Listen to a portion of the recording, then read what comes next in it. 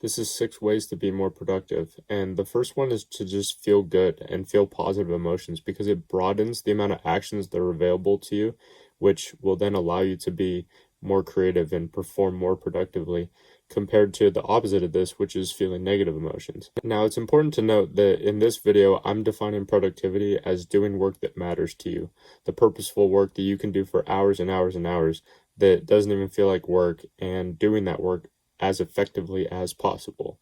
And before we move on, I still believe that hard work is important, but the lessons from this video is that it's not about how hard you work, it's about what you work on. Because you could be the hardest worker in the room doing the wrong shit, and it's not going to get you anywhere near the same results as if you were to work half as hard on the right things. And that's why I think it's important for all of us to find that right thing, whatever that thing is for you, and work as effectively and efficiently as possible on it. Number two is holistic productivity. A lot of people have this grinder mentality when it comes to productivity. And I mean this in the sense that they think of it as they just have to grind through this shitty period for X amount of years. And then once they get through those shitty years, then their life will be amazing and chill at the end of it. And I think that's the wrong way of looking at it because, yes, there are going to be things that you don't want to do that you have to do no matter what. But people ask me how I'm able to do all the things that I do. And my answer is that I've just consistently found ways to make the shit that I do more fun. Like, there's a saying that the man who enjoys walking will walk further than the man who's focused on where he's walking. And I completely agree. It's important to focus on the destination too, but finding ways to enjoy the journey is what keeps you going when everyone else is going to quit. Number three is power, and power is the main factor that drives intrinsic motivation. And if you haven't heard of these terms before, intrinsic motivation is internal motivation, like, for example, doing the job because you just enjoy it, and extrinsic motivation, on the other hand, which I will also mention in this video, is the point of external reward that keeps you motivated, such as doing a certain job solely based on the money aspect. And all of the research on these two show that intrinsic motivation is so much more powerful than extrinsic motivation. And power comes within that. Power, in the short, is the idea of autonomy, feeling like you have the power and the competence behind what you're doing. If you feel like you have control and responsibility over things that you're doing and you feel like you're good at it, then you will feel more empowered by it, which fuels that intrinsic motivation within you. So in order to control your feeling of autonomy, we can try to control the outcome, the process, or the mindset behind what we're doing.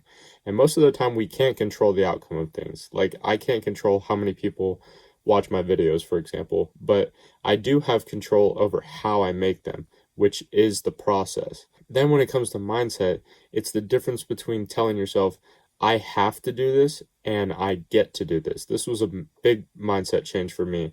Whenever I didn't feel like training on a particular day or doing some work that I don't enjoy, I reframe it in my mind that I get to train today. I get to work on my personal brand today, not that I have to. And this makes it feel more enjoyable for me, and it gives me that autonomy that I have the power. I feel like I have control over what I'm doing, which makes me feel better about it. And it makes me feel better about the entire thing, honestly. And if you remember from the first point, if you feel better about something, you'll be more productive at that given thing.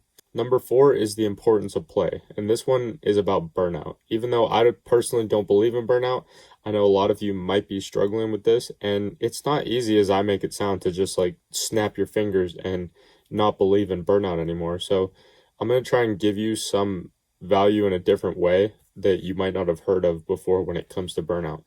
So in order to do so, I'm going to give you an example of something in my life that just happened recently, actually, which was that I stopped pursuing my dream of becoming a professional soccer player. After I quit pursuing it, I was able to enjoy the game a lot more than before. I thought this was very weird. And it was because that I was doing it now for the fun of it, which actually made me want to play, aka it cured my burnout for it, and it reminded me of why I fell in love with the game in the first place. And as an added bonus benefit, I actually was playing better than I ever have because of my renewed love for the game that I was having when I was playing. And so if you watch my video on flow state, if you haven't yet, I'll put it as the top link in the description.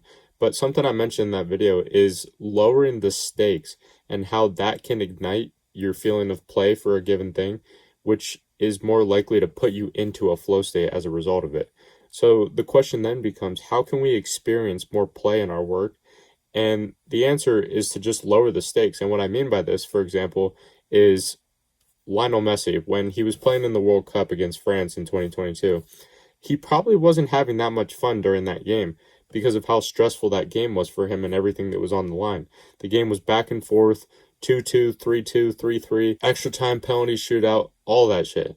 Most of us, we're not going to be experiencing that type of pressure, high pressure situation all the time.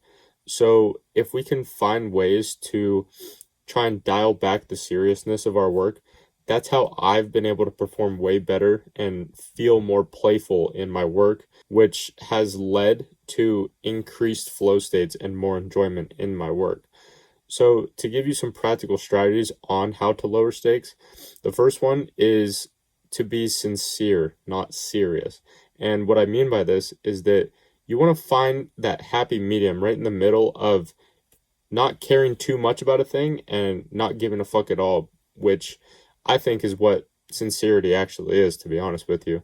So approach your next task, whatever it is, with sincerity and not serious. That's number one. Number two is to ask yourself, what is today's adventure going to be? I've talked about planning tomorrow today and having your Eat the Frog task, which is your most important task of the day, set up for you so you can start working on it immediately as soon as you wake up. But the question I asked you about your adventure is the same thing essentially, but framed in a different way. Because if you think about anything in life as an adventure, you can ask yourself the question of, what would this thing look like if it were fun for me? And when you do that, the mind will automatically start coming up with ways to make that thing more fun for you. And this leads me into my fifth point about finding enjoyment in the journey. And Alex Hormozi talks a lot about how he enjoys the journey because he just enjoys the grind and enjoys doing business. And this is pretty much the opposite of everything I've said in this video, but I think this video is geared more towards people who aren't outliers in the situation when it comes to their work, and they don't find enjoyment in the grind like some of these people that they see online. Like that David Goggins mentality of waking up earlier and earlier and earlier and pushing yourself harder and harder and harder. That may not work for you. Like, I've found that it works for me and for a very small subset of people, but for most people, and you might be one of these people. And as a side note, that's okay if you're one of these people. But human psychology wasn't geared towards 3 or 4 a.m. training sessions and continuing to push yourself harder and harder and harder.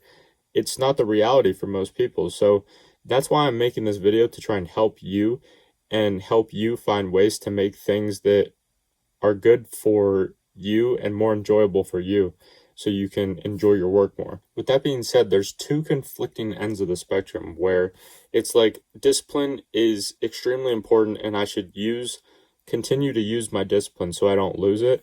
And then the other end of the spectrum is that I should use discipline as little as possible in my day-to-day life to try to design things in a way that are enjoyable for me as much as possible, so that discipline isn't something that I have to rely on time and time again, and it just happens naturally when I need it. And lastly, number 6 is about building consistency. All of the progress I've made up until this point have been a result of 3 things: a very small amount of talent, good timing and luck, or whatever you want to call it, and straight up brutal consistency.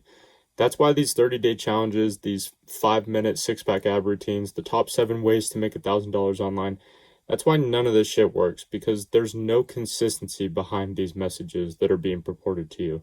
They promote these things to you that do this for 30 days or for 5 minutes or for 90 days, and you're going to get this long-lasting result.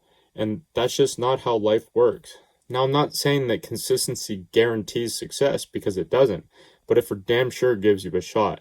And on the flip side, if you were to not be consistent, that will in fact guarantee that you will not be successful. So those were the 6 ways to feel better about your work and be more productive at the same time. Just pick one that you related to the most and just run with that one and give it a shot, and let me know how it goes for you in a couple of days or a couple weeks time. And thank you for listening to me, and I'll see you tomorrow.